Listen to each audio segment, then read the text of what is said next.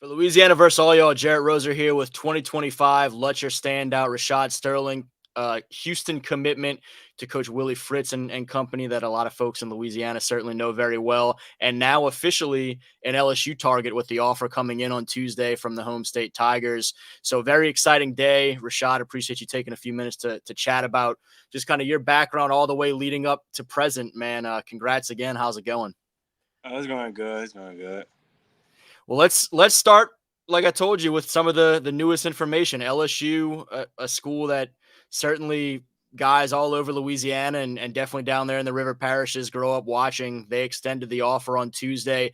Talk me through that conversation, just kind of how it unfolded and what it meant to hear that. Uh, well, it definitely was great to hear that. But overall, it was a process that the coaches was going through. Like we've been staying in contact, chatting it up over the phone. So I guess today, Tuesday, they came to a conclusion that I'm really the guy and I deserve it. Who was the coach or who were the coaches that you were talking to today that shared the news? Coach Frank is the one that shared the news, but obviously I talked to all the other coaches, Coach Peoples today as well. Um, I believe you're a guy that did grow up watching a lot of LSU. Kind of talk me through growing up, where you grow up and the magnitude of an LSU offer for a guy coming out of Lutcher and St. James Parish and, just right down the road from here. Well, growing up, I did watch a lot of LSU. Actually, like a few years ago, like maybe 3 to 4, former player from Lutcher, John Trey Kirkland, he was there, so I watched that a lot. But honestly, growing up, like very, very young, I used to watch LSU, but my favorite team to this day is Alabama. So, Oh, okay. How did you end up liking Alabama as a young guy? growing up, just watching YouTube, like Mark Ingram, seeing that's his college, and just things like that, just made me like Alabama. Do you remember watching Ingram when he was in college, or you liked him from the Saints and so then found out where he played college ball and started kind of back Uh, following because of that? Actually, I liked him from the Saints and just found a way to play college ball at. But just overall, Alabama was just like a fun environment watching it over YouTube and things like that. So that's what made it my favorite team. And to this day, I watch they 5-star recruits and just things like that. What has stood out about LSU? You mentioned getting a chance to see John Trey, a guy that was a big time playmaker for the Bulldogs just a few years ago, go on to LSU and do some big things. And he really, as he wrapped up his college career, he won over more and more hearts of Tigers fans with just kind of his mentality and people getting more of a chance to see his personality. What are some of the things that, through these recent years of watching the Tigers on a Saturday or getting a chance to get up to Baton Rouge a couple times that have stood out about LSU as a program that you now would potentially have the opportunity to make that a choice if that's the way you end up wanting to go? Just the environment, really, the fan base, and just it's basically me being in my home state. So everybody, we all react the same. We all used to the same things, but it was a great environment when I went to one of the games, and the fan base was crazy. Like it was exciting. What has been the reaction from your family today and from, I mean, the Letcher community, your classmates or folks around town, your coaches, anybody like that? Just as you got a chance to share the news with everybody, what have been some of those moments that stood out and some of the excitement around you? Well, from my mom, like she was excited, surprising and everything. But from like my teammates, I haven't spoke with a lot of them yet, but they're surprised. They couldn't believe it. They knew it was gonna come soon, but just not this soon. So everybody really excited, surprised. It surprised me a little, but I felt it was coming. I just had a little more work to do. But overall, it was fantastic and surprising. Yeah, you guys are right in that little gap between spring ball and the end of the school year and everything and really getting back into the full summer program. So you're going to have a chance to see a lot of those guys, I guess, in a couple days or so when they get a chance to really celebrate it a little bit. Yeah. Did Coach Franken and the staff up there, they're expecting to see you at one of these camps in the next couple of weeks? What's kind of the plan for you of when you're going to get back up to Baton Rouge, as well as if you already know some of your summer plans overall of other stops you might be trying to make? Well, as of now, I will be going up there this Sunday coming up for a camp. Hmm. So me going back there for the first time since like a few months ago. And like otherwise, like for other school camps, I will be going to a Houston camp. I haven't came up with the date quite yet. And that's the only two I have right now. I'm pretty sure I'm gonna lock in like a few more camp dates to go visit. You made the move, committed to Houston. I mean, just a few weeks back, and I think even during the stretch from that commitment to now getting ready for summer, that staff knew that other schools were going to try and get you. They knew that they had gotten a really talented 2025 guy to join the class, and that they were going to have to continue to work. Have you heard from any of those guys today yet? And what has that relationship kind of been like leading up to the commitment, as well as since then, just making sure that you feel that priority from them? Oh well, yeah, I spoke to a few of them today from Houston staff, but all it did was make the bond stronger and tighter. Ever since I committed, which the bond been tight, but it just got even tighter, and now we just chat a lot more, and you know, it just overall it's just made the bond tighter with everyone on the staff. What was the message from them today? Realizing, coaches at schools out of state, and certainly Coach Fritz and company, from having been at Tulane for as long as a lot of those guys have, they know how tough it is to recruit against LSU for Louisiana guys. What was their kind of message to you after that new development in your recruiting process? Oh well, honestly, they looked at it from my point of view too. Like, it's your home, it's the biggest university in your home state. You know, that's big. I told them, and they agreed that is a box checked off for me since I've been like won that offer since I was young. But it didn't really change a lot. They still, I told them I'm fully locked in, and I don't really think nothing gonna change. Which something may change, but as of right now, I'm fully locked in. I'm a cool. I was going to ask you how tough does that make a decision? Does it become a reevaluation time? But you feel pretty good about where you're at right now, Houston, moving forward. Yeah, definitely. How challenging do you expect Coach Frank and company to make it to stay committed to Houston? You'll be up here in just a couple of days. You expecting them to give you kind of the hard sell and make it hard to say no and stick with that? Yeah, definitely. I am ready. Meaning like I've been saying all day, like LSU, they're in my head now. Like they're more in my head since I have the offer. I have the opportunity to go there now. But by me still being committed to Houston, it's only respect that I'll be loyal. But if things happen, then it's just happen. But I don't think nothing's gonna happen. What has been the process to get here to where we're talking about Reshad Sterling, a top prospect in Louisiana's 2025 class, who has offers from all over the region and country, and now is an LSU target? When you look at, being that young guy that we were talking about, just kind of watching some games on TV and stuff, looking up to some of the guys before you, to where you are now, being a guy that has these huge opportunities.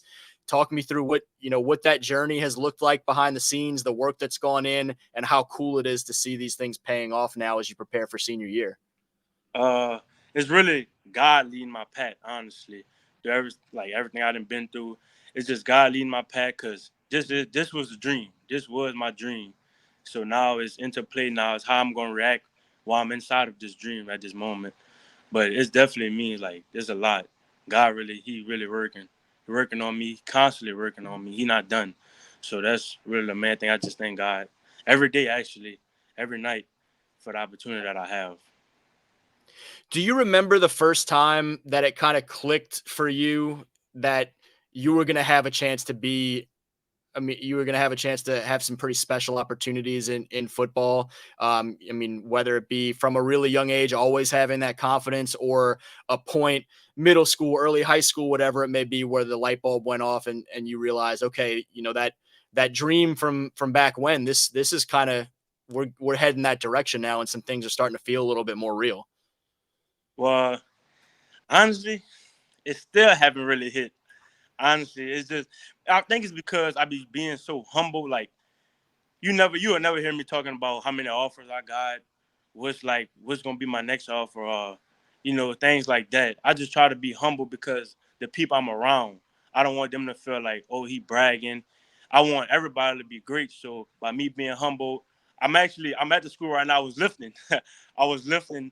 So it's just my work ethic, honestly. I think that's why nothing have really hit like actually like hit me deep yet. But one day I think it's gonna come soon. How much does some of that attitude that you have and the work ethic and those things, when you look back at your early opportunities at Lutcher to get into the lineup, to play a role on a state championship team with Lunch in that great senior class a couple of years ago, how much have you learned from watching some of these guys who have gone through this process before you and just how to approach it, what it takes, how to handle yourself? Well, honestly, I learned from Lunch personally. Like that's a great guy. That's a great leader. I learned so much from him while he was here. And to this day, I know I can still call him, and he always got something good to say. Something I need to work harder at. Just he's a great leader, and I learned so much from him over the years that he was here, and I'm just thankful for him, honestly. What I mean, when you talk about him and his leadership in particular, he's a guy that, um, I mean, we heard Coach Jenkins talk a lot about, during his high school career, and then we saw kind of what he meant to that team as sort of a face of the team and a big voice for y'all. For folks that don't know him or haven't had a chance to be around him, what stood out about him as a teammate and as a leader on that team that made everybody gravitate toward him the way that y'all did? His work ethic. He works hard. He works hard, and he makes like he'll keep you. He'll work so hard that it make you want to even work more harder. So that's really the main thing about him. Like he's a great leader, and he gonna push you. He gonna make sure you at your full limit. Like you can go your hardest. But overall, that's really him. Like he's him. That work ethic you've had when we look to who you were as a young player, as a sophomore, when I had a chance to see you a couple of times on that run as a guy that was already in the lineup, getting some two-way action on both lines, and obviously stood out from just, I mean, a tall, long framed athlete that could do some things at a young age to where you are now. What has been the biggest area or what have been the biggest areas that you've been proud of your development over the last year and a half or so? The weight room, taking the weight room way more seriously, and that's what I've been needing. Like I train, I run a levy, I do things, but that's just speed. Like now it's time I have to build up the strength, which it should have been time. I have been in the weight room, but it's just I haven't been fully locked into the weight room. But now I can say I'm fully locked into the weight room, and I take it way more serious. I feel like I just saw a video of you running levies like a couple of days ago. Yeah, You I went yesterday and I actually went this morning. So this is like my evening lift, what I'm doing right now. How much bigger are you right now in terms of the gains you've seen in the weight room and stuff like that compared to, I guess, this past fall or even sophomore year? How much have you tacked on? Uh, well, I was 205 pounds, 205 pounds, and now I'm 240 pounds. So that's a lot of weight I picked up, but it's good weight because I have been in the weight room, have been eating the right things. So that's what I'm proud of myself as. I never thought I'd be this big. I know I was gonna have to be this big one day, possibly going to college, but I didn't know it was gonna be like this. But I feel good. I still move. I feel like I'm moving. I'm like 205, 210 ish. So that's the best thing about it, honestly. Yeah, I was gonna say, however big you may be now compared to what you were once upon a time, when you put on that film from the fall, you still see that burst into the backfield and that closing speed, kind of terrorizing some quarterbacks along the way. Yeah. We talk about looking up to Lunch and some of your former teammates that were a couple years ahead of you at Lutcher, and obviously the affinity for Mark Ingram and his game and how that led to growing up liking Alabama. Were there defensive linemen, edge rushers, anybody kind of in the box on defense that kind of caught your attention, whether as a young guy growing up or in more recent years that you notice them, like their game, try to model anything after, favorite defensive lineman, anything like that? Well, I can say my favorite defensive lineman is Michael Parsons, but growing up, I knew a lot. Cam Jordan. That's really all I knew. My mom being a Saints fan, always watching the Saints game, so that's really all I knew. Cause growing up, I always like to watch the 5-star recruits and that on YouTube. I never was really I'm gonna cut the NFL game on. So unless it was my mom, but that's why growing up I was like big on Cam Jordan because that's really all I knew, honestly. Is mom an LSU fan, or does mom have a college that she likes, or it's pretty much Saints for her? It's pretty much Saints for her. I don't think she might have a little LSU in her. I don't know though. I think she more like Saints. What has you mentioned her excitement?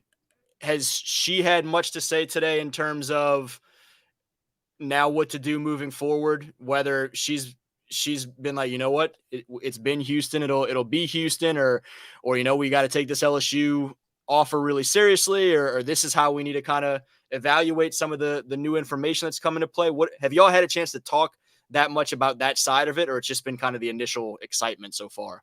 Well, honestly, I haven't got to talk to her a lot today about her being at work, and I've been working out almost the whole day. So we'll probably talk later on tonight. But I think she gonna be kind of in the middle, but I don't know. I'm not really sure about our answer.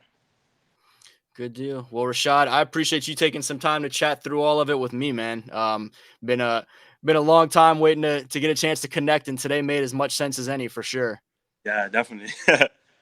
Again, he's Reshad Sterling. And Reshad, do you have anything else that you want to tell folks that get a chance to watch this video, whether it be fans of an LSU or a Houston, or I mean, just Louisiana football fans, and what you hope they know about who you are as a young man? uh, yeah, I do. I just want to shout out my teammates here at Lutcher. I want to shout them out how hard they've been pushing me as we just went through spring. I wasn't in full pass, but they still pushed me to go through drills 100%, 110%. I pushed them, and I just want to say I'm thankful for all of them. And my coaches, definitely my coaches, they played a big part. So now we just, June 3rd, we waiting to start summer workouts. Yeah, give some love to those Bulldogs and Coach Dwayne and Coach Worsham and all those guys that have been a part of this through the last couple of years and on ahead as well. Yes, sir. Again, he's Reshad Sterling, 2025 Lutcher standout, a Houston commit, and now has the home state LSU Tigers as part of his offer list. And as we talked about a few minutes ago, they're probably going to try and make it really tough on him with that Houston commitment. And for Louisiana versus all y'all, Jarrett Roser. Thanks again, Reshad. No problem.